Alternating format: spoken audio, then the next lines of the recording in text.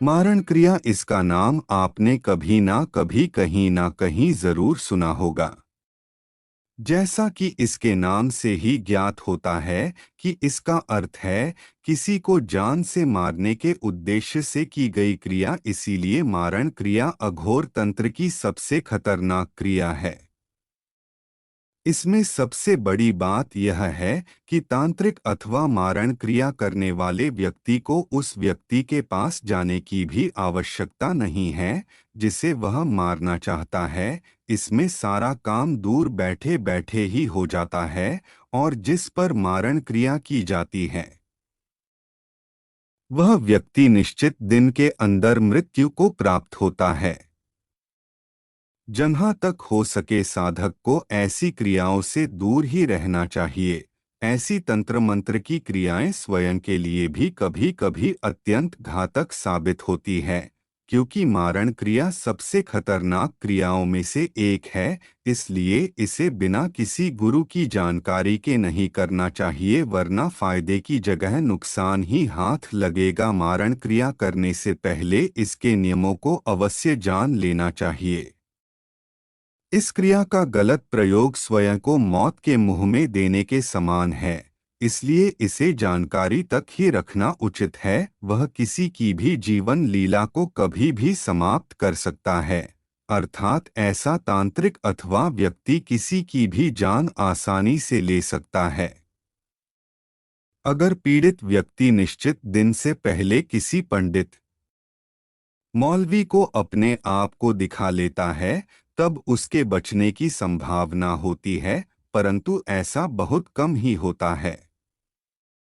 इस क्रिया का ज्यादातर उपयोग ऐसे व्यक्तियों द्वारा किया जाता है जो अपने किसी दुश्मन को खत्म करना चाहते हैं, परंतु हम आपकी जानकारी के लिए बता दें कि इस प्रक्रिया का दुरुपयोग जहां तक हो सके वहां तक नहीं करना चाहिए।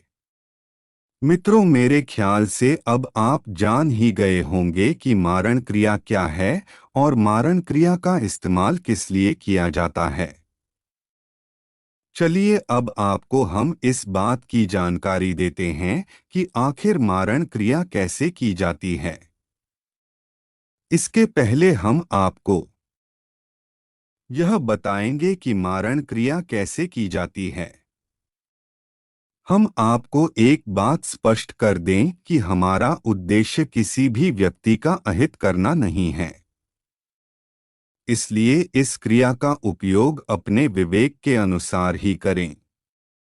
मारण क्रिया करने के बहुत सारे तरीके हैं, जिसमें से कुछ तरीकों के बारे में हम आज आपको बताने वाले हैं। चलिए जानते हैं। नींबू द्वारा मारण क्रिया करने के लिए एक साफ सुथरे और एकांत स्थान पर पीली मिट्टी से चौका लगाकर उस पर सफेद चादर बिछा दे। फिर घी का दिया जलाए और पश्चिम की ओर मुंह करके आसन पर बैठ जाए। भोग लगाने के लिए अपने पास हलवा, पूरी, गांजा, मेवा, चिल्लम और इत्र तथा 2 लौंग रख ले और इस मंत्र का जप शुरू करें। ओम डम डाम डिम डीम डुम डूम डेम डैम डोम डौम डम डह अमुकस्य हन हन स्वाहा। बार बांधो बार निकले, जा काट धारिणी सुझाए। लय बहरना चौहाथ से, तो काट दांत से, दुहाई भाम हवा की।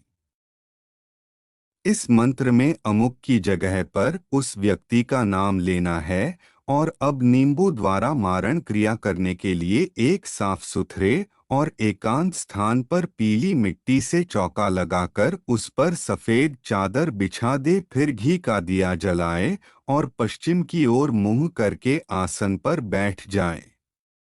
भोग लगाने के लिए अपने पास हलवा, पूरी, गांजा, मेवा, चिल्लम और इत्र तथा 2 लौंग रख ले। इसके बाद ऊपर दिए गए मंत्र की 21 माला आप 40 दिन तक लगातार जाप करें। एक माला में 108 जाप होता है। लगातार 40 दिन इस मंत्र का जाप करने से यह मंत्र सिद्ध हो जाएगा।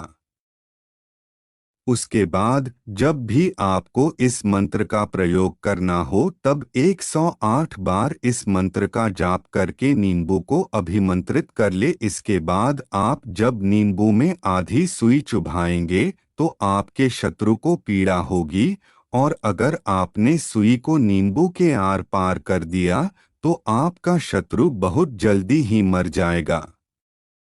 इस मारण मंत्र से उत्पन्न हुई ऊर्जा और दैवीय शक्ति स्वयं ही आपके सभी शत्रुओं एवं विरोधियों को खोजकर समाप्त करती जाएगी।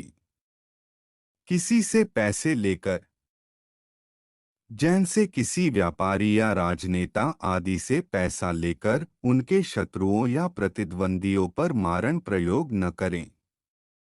ऐसा करने से कुछ समय तक तो आप भौतिक सुख सुविधाओं से युक्त जीवन व्यतीत कर सकते हैं, पर अंत में आपकी दुर्गति होगी, क्योंकि बेकसूर पर मारण क्रिया करने से यह मारण मंत्र आपके ऊपर भी असर करेगा।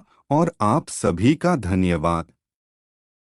मित्रों, कृपया वीडियो को लाइक, शेयर और सब्सक्राइब करें। चैनल को आपके सपोर्ट की आवश्यकता है, तो आगे बढ़ते हैं।